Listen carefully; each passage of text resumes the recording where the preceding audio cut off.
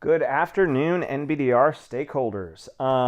Coming to you today, I am back at home and in the office today. We spent the last few days in a lot of meetings and partnership meetings and all kinds of very interesting things in the Bay Area the last few days, and that was a lot of fun. I came home to a Twitter storm, as it were, surrounding some of the financial disclosures and things as we file and do the things that we said we were going to do to become current and bring No Borders Inc. Up to financially current status with the OTC market, get everything organized and things like that. So unfortunately, I was forced to kind of compile this video rather quickly, as opposed to our traditional process of looking for Q&A questions throughout the week and then having a strategy. So this video will be a little bit longer than the other videos that I typically do, specifically because we have some people, some stakeholders, some shareholders, people who have put money into the stock over this process that we've gone through, who are unhappy about some of the information in those financials and are honestly misreading and misinterpreting some of those pieces, as well as simply stating untrue facts.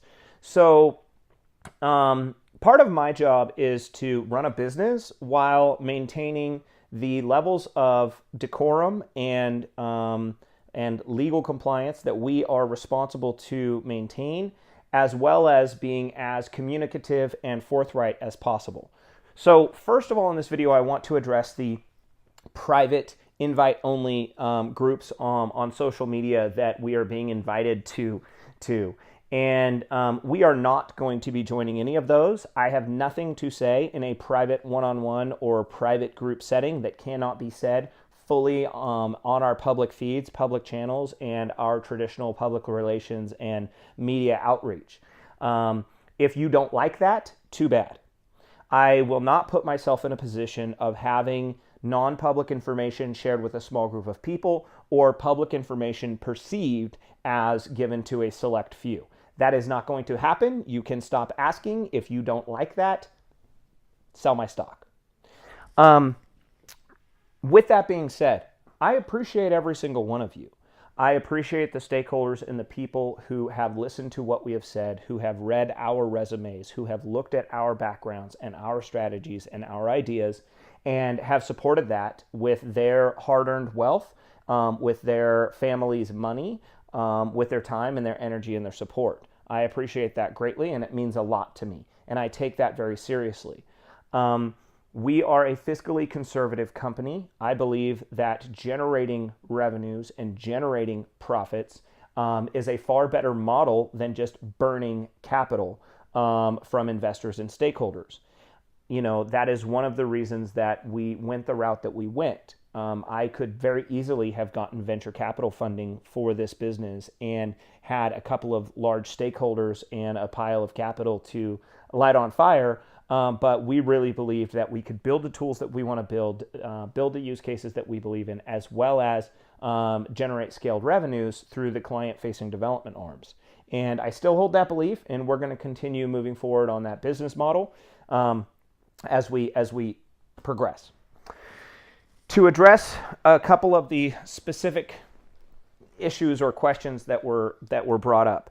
Number one is just misinformation. Cynthia Tanabe has not left the company. She is our COO, our treasurer, a board of director, and a major shareholder in the business. And what Cynthia did was we hired Michael Handelman, who is an experienced CPA with prior CFO experience in the OTC markets for multiple OTC companies. We found the best, most dynamic, most humble, most experienced person that we could find. And then Cynthia resigned from the CFO position only, and we transferred that title to Michael Handelman. Cynthia still works for us. She works for you guys and us every single day, and she is absolutely vital to this company, and we love her very, very much. So that's just misinformation, and it's just not paying attention and reading the entire story. And it's running off at the mouth instead of analyzing and reading. So maybe don't do that, right? Secondarily, we have this this freak out about, what could be the share structure, blah, blah, blah, blah, blah.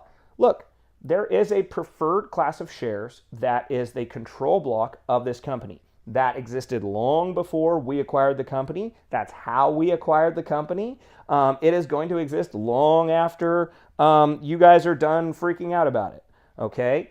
And those shares, we have to, under SEC Rule 13D-3, we have a legal responsibility to disclose what could happen if all of those shares were converted within a 60-day period of time. Now, those shares convert over to like some crazy number, like 1 billion shares or something like that. So it skews all the numbers off. That is not connected to convertible debt. That is not connected to the current operating reality on the debt structures. This is the share structure of the preferred share block that myself and my executive team and my initial private capital investors own and we are holding. And as of this moment, I do not know of anybody within that group, definitely not myself, definitely not Chris, definitely not Cynthia, who has any plans whatsoever to convert any preferred shares to common stock. So, all of that was disclosed in the 8Ks that we've been filing since the day that we completed our merger. So maybe just go back and read the 8Ks. And B, that has nothing to do with convertible debt. Now, to talk about convertible debt. When we acquired NBDR, we purchased most, if not all, of the convertible debt that was already outstanding against the company. And those conversion rates were astronomical, okay? That debt would have converted to billions and billions of shares outstanding. We negotiated those debt terms. We acquired swaths of that debt, which we converted out at no additional profit to ourselves. We converted that debt internally, the debt we acquired, we converted that at the cash price that we paid for the debt, and we took restricted common stock for that debt, okay? That was extremely beneficial and favorable terms for all of the common stockholders, both pre-merger and post-merger. The one piece of convertible debt that we did not internally purchase and we did not control, I personally went down and I met with the debt owner and we negotiated a deal where he converted his debt into shares at 100 times less of a conversion rate than he was legally allowed to. Okay, so we converted all of that out. His shares are recorded in the public structure with this float of this 27,236,215 share current unrestricted public float that is on the company. Roughly, I think 4 or 5 million, I don't know the exact numbers off of my top of my head, are the shares that he got for clearing that debt up and converting it. And again, this is something that we 8K'd. This is something that we disclosed. This is something that you can go back and read about from months in the past. This is nothing that's new. So we got rid of converted, expired, whatever you want to call it, voided, all of the convertible debt that was owed by this company prior to our merger. The only debt owed by this company anywhere is a single new convertible note that we executed during the merger in order to get the consultative advice of experienced OTC consultants within the space to make sure that we had experience and knowledge and that we could see the minefields and we could see the things that maybe we didn't personally have experience on. And again, that's the same reason why we brought Michael Handelman in as the CFO. Give me somebody that has been here before, that has done this before, and that can tell me what not to do and what to watch out for. So, is there a single new convertible note out there for $35,000? Yes. Am I a fan of that? No, not really. Is that note written with our options included for us to buy it out at discounts throughout the next year? Absolutely.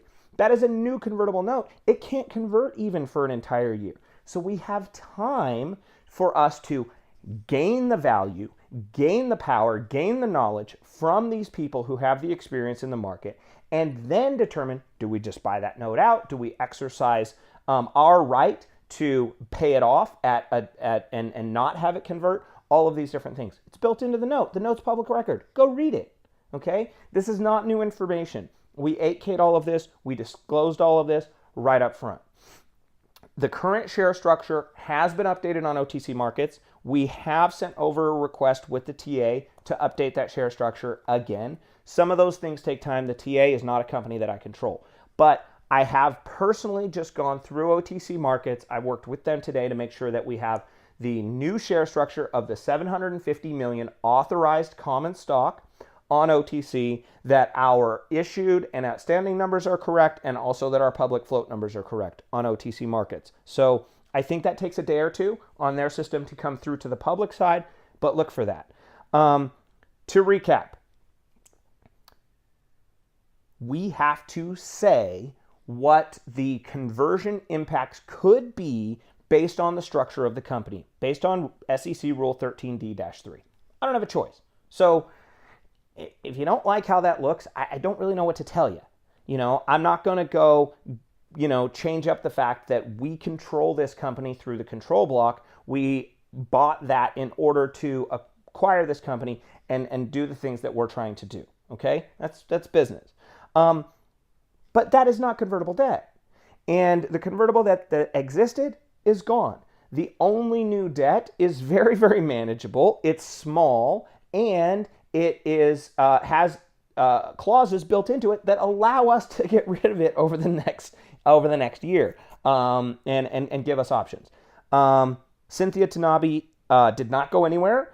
We're happy to have Michael Handelman as our CFO. We are uploading the financials just like we said. We are taking all of the steps that we said we would take, and I appreciate everybody's involvement and everybody's interest and everybody's support of our mission and our vision.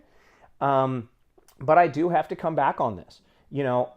You are investing in a team.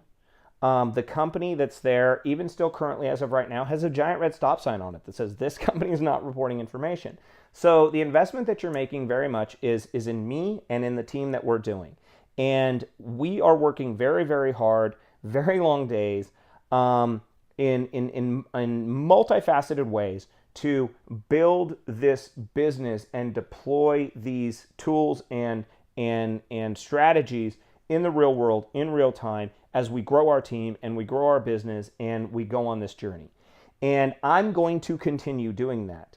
You, as stakeholders, you guys have a right to ask questions, and we're working to make sure that we can answer them. Some of them we can't answer, and if you don't like that, that sucks.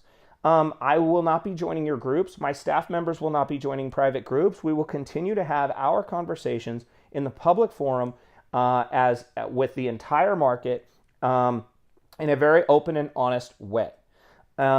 If you don't like my management style, don't buy my stock. If you don't think we can pull this off, go ahead, short my stock. Let's see which one of us wins.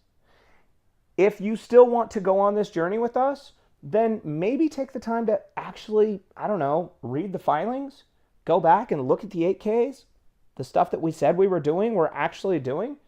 And I'm happy to have you on this journey with us. I'm stoked that you guys care. I'm stoked that you care enough to get mad about it. Honestly, it means a lot to me. But if you think that I'm going to change my strategies and my tactics because of your opinion, unfortunately, that is not going to happen. Again, Joseph Snyder here for Lannister Holdings, ticker symbol NBDR. Thank you all for your time and have a wonderful Friday.